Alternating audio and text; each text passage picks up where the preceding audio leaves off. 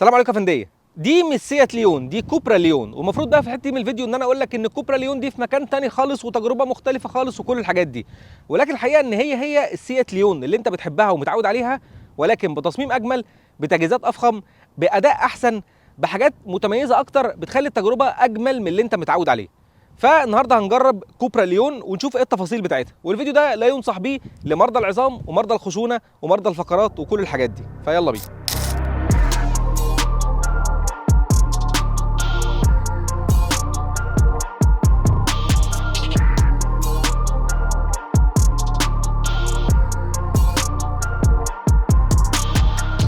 العربيه الليون دي عربيه ممتعه جدا في سواقتها، ومش بس العربيه الليون، كل عربيات سيات تقريبا عربيات بتتميز انها فيها تجربه سواقه مختلفه، عربيات بتهتم قوي بفكره انك تتبسط وانت سايق العربيه، حتى العربيات العاليه منها. وسيات عندها نجاحات كتير، حتى عندها فريق سباقات مشهور حقق نجاحات كتير جدا وقرروا ان هم ياخدوا الفريق ده ويستغلوه، وهو فريق كوبرا. كوبرا كان فريق سباقات تابع لسيات، وبعد كده قرروا ان هو يبقى براند تابع لسيات او سب براند من سيات، بيقدم نفس عربيات سيات ولكن بتجهيزات احسن، بجانب رياضي شويه، باداء احسن وكل الكلام ده. ولما كوبرا نجحت قررت انها تبقى براند منفصل ويقدم عربيات سواء نسخه تانية اكثر اداء واحلى من عربيات سيات، او دلوقتي عربيات مستقله كمان زياده عن كده، ومنهم الكوبرا ليون. العربيه الليون دي عربيه هاتشباك متوفره في السوق المصري بفئه واحده بس، سعرها 1,900,000 جنيه. ولو عايز تعرف الفرق، مفيش فروق ما بين فئة، هي فئه واحده بس. لو عايز تعرف تفاصيل الفئه الواحده دي بقى، ممكن تبص على الموقع هتلاقي تعرف منه كل التفاصيل بتاعت الفئه والتحديثات اليوميه على الاسعار. ولو جبت العربيه دي، خصوصا النسخه المط العسل قوي من العربيه دي، وعايز تحميها ضد الخدوش والخبطات وتحمي الدهان بتاعها وتحافظ على الرونق بتاعه، ممكن تبص على اللينك تحت بتاع كاربرجيني عشان تعرف منه اكتر عن افلام الحمايه. تعالوا بقى نتكلم بالتفصيل عن الكوبرا ليون. بص، كوبرا شطار قوي في انهم يخلوا العربيه بتاعتهم شكلها بريميوم اكتر ومتميزه اكتر بكتير من نفس الموديل اللي بنفس الاسم اللي بيتقدم من سيات. زي مثلا في المفتاح ده، مجرد علامه كوبرا اللي عليه باللون النحاسي بتاعها ده مخلي المفتاح شكله مختلف، مع ان هو نفس المفتاح اللي بيتقدم في بيت عربيات فولكس فاجن جروب. عندك من ورا هنا برده في الفيس ليفت بتاع العربيه دي الشعار بتاع كوبرا الكبير اللي في النص، اللي بقى موجود جوه الليد بار لونه احمر اللي بيربط الفرزين ببعض، وشويه التغيرات الطفيفه والديفيوزر اللي موجود ورا تحت في الاقصدام اللي ورا، اللي بيخلي العربيه باين قوي انها شكلها رياضي اكتر. الجنط الجديد برده بتاع العربيه اللي شكله خطير، اللون المط بتاع العربيه، والعربيه دي فيها شويه الوان مط خطيره قوي قوي. حتى التصميم اللي قدام اللي شبه التفاسكان، او اللي بيقولوا عليه التفاسكان ديزاين لانجوج بتاع العربيه، اللي بيخلي شكلها احلى بكتير. 3 مثلثات موجودين جوه الفانوس بيتغيروا ما بين الدي ار ال وما بين الاشارات، فالعربيه عامه شكلها خطير. وبعدين عندك شعار كوبرا اللي قدام الكبير النحاسي برده بشبكه التهويه اللي موجوده تحت، بس الفتحات بتاعتها واسعه شويتين، تحس انك ممكن تدخل قطه جوه الانتركولر وانت ماشي بالعربيه من قدام. العربيه شكلها عايزه تعض حد وهي ماشيه على الطريق. وبعدين عندك بعد كده الانتيريور بتاع العربيه شكله خطير جدا، الشاشه الرئيسيه كبيره ولفه ناحيه السواق عشان تديك تحكم احسن في الشاشه وتخليك تحس ان العربيه كده ايه، مهتمه بيك انت لوحدك. العربيه فيها اندرويد اوتو، ابل كار بلاي وايرلس، والعربيه كمان فيها زراير كاباسيتيف كده بتغير منها مستوى الصوت بتاع الكاسيت او مستوى الصوت بتاع المزيكا بتاع العربيه، وتغير منها درجه الحراره بتاع التكييف.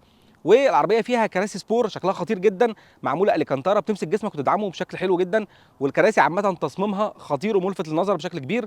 العربيه عامه من جوه تصميم الكابينه بتاعها هايل، مستوى الجوده فيها هايل، مستوى الخامات المستخدمه ممتاز جدا، ومستوى التجهيزات هايل، حتى برغم انها عربيه هاتشباك.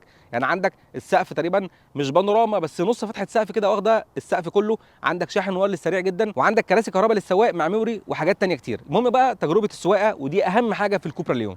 تجربه ركوب العربيات الهاتشباك تجربه ممتعه جدا، وكل الناس اللي بتركب عربيات هاتشباك مش فاهمه ليه بقيه الناس ما بيركبوش الهاتشباك.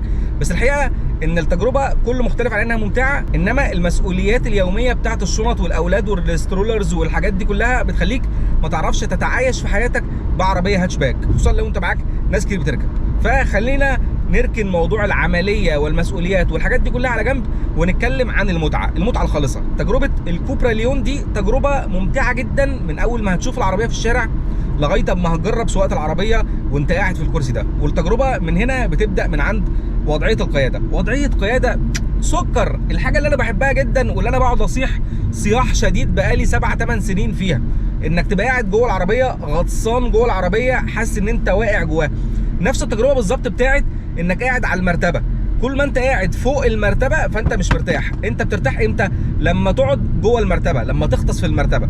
ونفس الكلام في العربيات، لما بتبقى قاعد جوه العربيه وغطسان في العربيه وحاسس ان انت جسمك جزء من العربيه وانك قادر تتحكم فيها كويس جدا، ده بيديك تجربه سواقه امتع بكتير، ويخليك تحس انك انت والعربيه كائن واحد كده، بتتبسط. فهنا وضعيه القياده منخفضه وجميله جدا. الكراسي الرياضيه دي بتدعم جسمك وبتمسكك وبتخليك ما تتحركش من مكانك خالص، حتى مع السواقه العنيفه، حتى مع السواقه الرياضيه. الموضوع هايل ولذيذ جدا. الكراسي نفسها شكلها حلو جدا. صحيح ما هياش اكتر كراسي ممكن تكون مناسبه وممتعه للناس اللي عندها مشاكل في الظهر او الناس الكبار في السن او الناس اللي عندها مشاكل خشونه او كلام من ده، ولكن مش ده موضوعنا. احنا جايين نتكلم عن الانبساط وعن المتعه. فلو انت جاي عشان تتبسط وتركب العربيه دي عشان تتبسط، هتتبسط كده كده يعني. طيب الانبساط بقى بيكمل كمان من الموتور. العربيه دي فيها موتور 4 سلندر 1400 سي سي تربو، بيطلع قوه 150 حصان وعزم 250 نيوتن متر، ومتوصل بفتيس 8 سرعات اوتوماتيك. والفتيس ده هنتكلم عنه بالتفصيل كمان شويه. اول حاجه بالنسبه للموتور الموجود هنا، الموتور الموجود هنا الحقيقه ان هو موتور نشيط، موتور اداؤه كويس جدا، موتور بيديك اللي انت محتاجه منه، ولكنه في البدايه في لاج واضح جدا في الموتور. في الطلعه بتاعته بيبدا يديك الاداء بتاعه من اول السرعات بتاعه اللفات المتوسطه لغايه السرعات العاليه. يعني بتحس شويه ان العربيه بتديك الاداء في الحته بتاعه الميد رينج دي احسن من تحت واحسن من فوق. تحس ان الموتور نفسه بيتفوق قوي في انه يطلع الارقام في الحته دايما اللي في النص، ولا بيحب يضغط عليه بزياده قوي، ولا بيحب انك تاخد منه ارقام وهو لسه هادي وبيفوق تحت خالص. فالحته اللي في النص دي هايله جدا. ولكن عامه تجربه سواقه في العربيه خطيره. المفروض ان ارقام الاداء الرسميه للعربيه من 0 ل 100 كيلو في رينج تقريبا ال9 ثواني. دايما العربيه تديك الاداء الحلو اللي تتبسط بيه، دايما العربيه معاك نشيطه وحاسس انها فايقه تحت رجلك. بالنسبه للفتيس الاوتوماتيك الموجود في العربيه هنا، في الحقيقه ان هو فتيس ناعم وسلس جدا. عايز تجري بالعربيه تمام، لو انت عايز تمشي بالعربيه هادي وتتبسط وتكروز بيها تمام جدا. ولكن لو هنزنقه في الحته بتاعه الكوبرا، لما تدوس على زرار الكوبرا عشان تحط العربيه على السبورت، المفروض انك بتاخد منها شخصيه الكوبرا بقى بتاعه العربيه المتعفرطه المتشقلطه اللي بتنط وتجري وتعمل كل حاجه بسرعه جدا. هنا يبدا يبان الحته اللي ما عجبتنيش في الفتيس، وهي انك لما بتكون دايما بتهدي بالعربيه وبعدين مره واحده تروح دايس تبيك اب بالعربيه عشان تطلع بيها مره واحده، الفتيس بيسكت كده مثلا ثانيتين. انا عايزك تمشي في نفس النهج اللي انت ماشي فيه ومكمل. احنا بننزل بالسرعه فاحنا بننزل بالسرعه، احنا بنطلع بالسرعه فاحنا بنطلع بالسرعه، احنا دايسين وبنعمل هناخد نقلات بسرعه، احنا دايسين وبنعمل. لكن انك تغير البيهيفير بتاعك او تغير ال الاتجاه بتاعك فجاه، بتاع ان انت بتفرمل وبعدين فجاه قررت ان انت تروح دايس مره واحده عشان تطلع تاني، لا، في حاجه هتحصل في النص. في حد بياخد قرار في مكان ما، في حد بيفكر في اللي انت بتعمل فيه، في حد بينده حد، في حاجه بتحصل وبعد كده النقله بتيجي. فالموضوع ده ملحوظ جدا جدا وفي مواقف كتير جدا، لدرجه انك بتيجي في اوقات ساعات تروح دايس ما تبقاش عارف انت لما دوست ومفيش حاجه حصلت، هل هي العربيه شغاله او بطلت او حاجه، ولا هو الفتيس هو اللي بيجيب النقله. يعني في ايه بيحصل بالظبط؟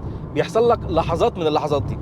فيما دون ذلك بصراحه ما عنديش اي تعليق سلبي تاني عن الفتيس. لو انت ماشيك عادي، ماشيك معقول، حتى لو انت بتجري وطالع نازل في الجري وكلام من ده، الدنيا تمام. لكن لو انت فجاه غيرت الاتجاه بتاعك من طلوع او نزول، لا، في حته كده في النص ايه، اعاده برمجه بتحصل لغايه ما الدنيا تشتغل معاك تاني. الحاجه اللي بعد كده ان العربيه على الرغم من ان ادائها رياضي وادائها حلو جدا وتسارعها حلو جدا واستجابتها هايله جدا، الا ان استهلاك البنزين بتاعها كمان كويس قوي قوي قوي قوي. ودي حاجه فولكس فاجن طول عمرهم شطار فيها جدا، مش بس في كوبرا، كل عربيات المجموعه يعني. عربيه معدل استهلاك البنزين بتاعها لو انت ماشي هادي وراسي، ودي حاجه اشك انك تقدر تعملها بالعربيه المتعفرطه دي، فممكن بمنتهى السهوله توصل ل 6 لتر لكل 100 كيلو متر في الكومبايند، الاستهلاك اللي هو جوه البلد وبره البلد، بمنتهى السهوله عادي جدا. لو انت ماشي بالعربيه بتعفرط وتشاقى وتجري وكل الكلام ده، الرينج بتاعك هيلعب ما بين 7.5 ل 8 لتر، وده اللي هو الرينج اصلا المتوسط او الكويس كمان في العربيات التانية. هنا تقدر تعتبر ان ده الرينج العالي بتاع ان انت بتجري بالعربيه وقرص عليها شويه. اكتر من 8 9 من 10 يبقى انت غالبا يعني هاين العربيه، يبقى انت غالبا بينك وبين العربيه مشاكل شخصيه وبتحاول تصفيها معاها على الطريق. فمش هيوصل معاك لاستهلاك الارقام دي الا اذا كنت فعلا بتعفرط على العربيه جامد. فالعربيه استهلاكها في البنزين هايل كعاده عربيات فولكس فاجن يعني. ولو هنتكلم عن الثبات، فطبعا يعني غريبه جدا او صعبه جدا ان انا اقول لك على عربيه زي العربيه الليون هاتشباك بالحجم ده بالاداء ده بالجنوط دي بالكاوتش ده بكل الحاجات دي ان العربيه فيها مشاكل في الثبات. لا طبعا، العربيه ثباتها ممتاز، العربيه ثباتها هايل، العربيه بتقدر تتحكم فيها على السرعات العاليه، بتقدر تناور بيها على السرعات العاليه بكل سهوله، بتقدر تخش بيها ملفات بسرعه. ولكن العربيه دي مش للي قلبه ضعيف. العربيه ادائها هايل جدا، ثباتها هايل جدا، عندها توازن كبير جدا، ولكن بتديك ثقه زياده قوي قوي قوي في نفسك انك تدخل ملفات بسرعه اكبر، وانك تدوس اكتر، وانك تناور اكتر من كده. وفي اللقطه دي لو انت مش سواق كويس هتوصل لمرحله ان العربيه ظهرها هيتزحلق منك او هي هتتزحلق بالجنب منك من كتر ما انت واصل معاها السرعه ومش حاسس بالسرعه دي، عشان العربيه وضعيه قيادتها منخفضه وماسكه نفسها على الطريق، فتلاقي العربيه زحلقت منك. يعني لو انت في عربيه تانية وبتعمل نفس الملفات ونفس المناورات دي على السرعه اللي بتعملها هنا والعربيه هنا ثابته، هتحس انك بتعمل انجاز كبير. هنا عشان انت قاعد في عربيه واطيه وفي وضعيه منخفضه وعربيه ماسكه نفسها كويس جدا، ما بتبقاش حاسس بالسرعه، بتبقى داخل الملف على 120 130 وانت متخيل ان انت كده ماشي 80 90. فاللي بيحصل ايه؟ اللي بيحصل العربيه ممكن تتزحلق منك شويه، والعربيه هنا بتند قوي انها تتزحلق من ورا في الملفات لو قرصت عليها جامد. الوش بتاع العربيه ثباته هايل جدا، ماسك في الارض كويس جدا، بيدخل بيقدر يقول زي ما بيقول كده بالبلدي بيعض الملف ويروح داخل بسرعه جدا، بس الظهر ما بيجيش وراه بنفس السرعه ونفس التماسك. فالنتيجه العربيه ساعات ظهرها يتزحلق سنه. الاي اس بي بيلحق العربيه بسرعه كبيره جدا، ولو انت عندك الحد الادنى من قدره السواقه الرياضيه العربيه بتعرف تتحكم فيها كويس جدا. العربيه عندها قدره غير عاديه زي عربات الكارتنج بالظبط ان انت تتحكم فيها وترجعها لمسارها الصحيح، وعندها القدره انها تعمل كل الملفات والمناورات دي بسرعه. ولكن لازم تخلي بالك ان انت لو سواق على قدك او لو انت بتتغرف نفسك بسرعه قوي، ان العربيه ليها ردود افعال ممكن ما تكونش غافره قوي للذنوب بتاعتك والاخطاء بتاعتك. طبعا المفروض في الحته دي ان انا اتكلم بقى دلوقتي عن فكره هل العربيه مريحه ولا لا، واتكلم عن مميزات الراحه اللي موجوده فيها. بس الحقيقه ان انت تشتري عربيه كوبرا عشان تبقى قاعد فيها مرتاح، زي بالظبط فكره انك تحاول تفضي دماغك في انك تقعد في حضانه، ما عمرها ما هتيجي، مش تيجي معاك خالص. العربيه معموله انها عربيه باداء رياضي بمتعه سواقه، بتديك حاجات كده مخصصه ليك، تحس انها مهتمه بيك انت لوحدك، تحس انها بتدلعك انت لوحدك، وكل الحاجات دي موجوده فيها. لكن مش معاها مفهوم الراحه بحته انك تقعد تسقط في الكرسي وتحس انك ظهرك مرتاح جدا وتمشي بالعربيه 7 8 ساعات في اليوم وكلام من ده. ممكن لو انت جسمك رفيع شويه تبقى حاسس بده الى حد ما في العربيه دي، ولكن لو انت جسمك مليان زي حالتي، لا، الكرسي بتاع العربيه دي مش اريح كرسي في الدنيا ممكن تركب فيه. هو بيدعم جسمك كويس جدا وبيمسك جسمك كويس جدا في السواقه الرياضيه، ولكنه مش مريح بمفهوم الراحه بتاع ان جسمك يغطس في الكرسي وينعم بحته الطبطبه على كل عضلات جسمك دي، لا ما فيهوش الحته دي قوي. طيب ايه تاني في العربيه؟ عندك موضوع العزل. العزل في العربيه متوسط، يعني بتسمع الضوضاء الخارجيه شويه لو هي عاليه، بتسمع الصوت الهواء في العربيه بدايه من السرعات المتوسطه. العزل كويس لو انت يعني مثلا ما فيش عربيه نقل ماشيه جنبك صوتها عالي جدا او بتضرب كلاكس، تمام، لكن عربيات عاديه حواليك ما فيش كلاكسات كتير قوي، مش ماشي مثلا في طلعه حرب بالنهار كده، هتبقى قاعد جوه العربيه مرتاح والاصوات جواها كويسه جدا والعزل جواها كويس جدا. ولكن العربيه عموما تقييمها في العزل متوسط. ولكن بقى فكك من العزل خالص، العربيه دي فيها حته ساوند سيستم سينهايزر اللي موجود فيها ده خطير، واحد من احلى الانظمه الصوتيه اللي موجوده في رينج تحت ال 2 مليون جنيه ده. وانا كنت دايما بقول ان الساوند سيستم الانفينيتي بتاع العربيه الستار راي اللي موجود في الفئه السعريه دي هو احسن ساوند سيستم. لا، دلوقتي بقى ليه منافس مهم جدا جدا وقد يتفوق عليه بنسبه كبيره جدا، وهو الساوند سيستم اللي موجود في العربيه الكوبرا ليون دي. خطير، اصوات، مزيكا، بودكاست، افلام، حتى لو عايز ايا كان عايز تشغله بيسمعك تفاصيل وحاجات في الصوت انت ما سمعتهاش على اي ساوند سيستم تاني قبل كده، وبيديك تفاصيل في الصوت خطيره، والعلو بتاعه والبيز بتاعه وكل الحاجات بتاعته خطيره جدا. فتجربه العربيه دي بجد مش بس تجربه سواقه وانبساط، قد ما هي تجربه كمان ساوند سيستم خطير. فيعني تحياتي لهذا الاختيار بتاع الساوند سيستم في العربيه دي. بالنسبه للتكييف، بصراحه انا جربت العربيه شويه حر شويه برد، ولكنه مش حر قارس قوي، ولكن التكييف معايا كان تجربته هايله جدا، كان اداؤه ممتاز جدا، بيبرد العربيه بسرعه جدا، بيوزع الهواء كويس جدا، كان خطير، ياخد 10 من 10، ما عنديش اي تعليق سلبي عليه من اي نوع. بصراحه كان اداؤه كويس جدا، وكان بسطني قوي في الايام الحر قدره التكييف على انه يبرد العربيه بسرعه قوي. فيعني خطير قوي الحوار ده بصراحه. بالنسبه لتجهيزات الامان، طبعا العربيه فيها انظمه الفرامل المعتاده، الاي بي اس، الاي اس بي، والتراكشن كنترول، والاي اس سي، وفيها التي بي ام اس مراقبه ضغط الاطارات، وفيها كل الحاجات المعتاده دي. والعربيه كمان فيها 6 اير باجز، فدي حاجه كويسه جدا. ولكن العربيه ما فيهاش اي نوع من انواع الاكتيف سيفتي، ولا بلايند سبوت، ولا تحذير من التصادم الامامي، ولا حفاظ على الحراره المريه، ولا اي حاجه من الحاجات دي. هي فيها تجهيزات الامان العاديه المعتاده السلبيه اللي احنا متعودين عليها، لكن مفيش فيها امان نشط خالص. وعلى هذه الملحوظه نوصل بقى ايه؟ نوصل لحته الخلاصه. الخلاصه في كوبرا ليون. اللي بيركب هاشباك في مصر هو دايما الناس القليله اللي بتدور على عربيه تتبسط بيها او الشباب اللي عايزين عربيه تكون مميزه وروشه، او البنات اللي عايزين عربيه صغيره وسهله في السواقه، او الناس اللي عايزه عربيه تكون ممتعه جدا وبتجري جدا وليها هويه خاصه جدا زي الكوبرا ليون. في الرينج بتاع المليون 900 ده عندك اختيارات كتير جدا من الكروس اوفر لا تبدا ولا تنتهي عند اي حد. يعني انا ممكن نقعد، انتوا بتشوفوا اكيد سلسله الفيديوهات اللي احنا عاملينها بتاعه الترشيحات دي، ممكن نقعد بال50 60 عربيه نفاضل ما بينهم في فئه سعريه معينه.